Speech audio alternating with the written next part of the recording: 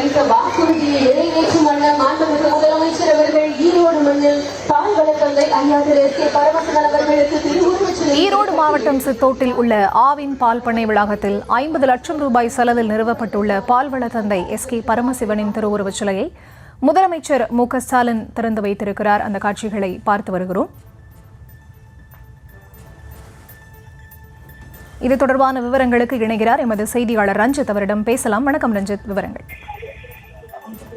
வணக்கம். ஈரோட்டில் 2 நாட்கள் சுற்றுப்பயணம் வந்த தமிழக முதல்வர் ஸ்டாலின் 605 கோடி ரூபாய் மதிப்பீட்டில் தேர்ந்தெடுக்கப்பட்ட பயனாளிகளுக்கு நலத்திட்ட உதவிகளை வழங்கியும் அதே போன்று முடிவுற்ற பல்வேறு திட்டப்பணிகளையும் துவக்கி வைத்திருக்கின்றார்.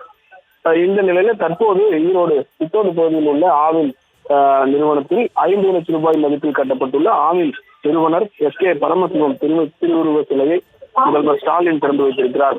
ஈரோடு கூட்டுறவு விற்பனை சங்கத்தின் ஸ்தாபகராகவும் ஈரோடு ஆவின் நிறுவனராகவும் திகழ்ந்தவர் எஸ் கே பரமசிவம்.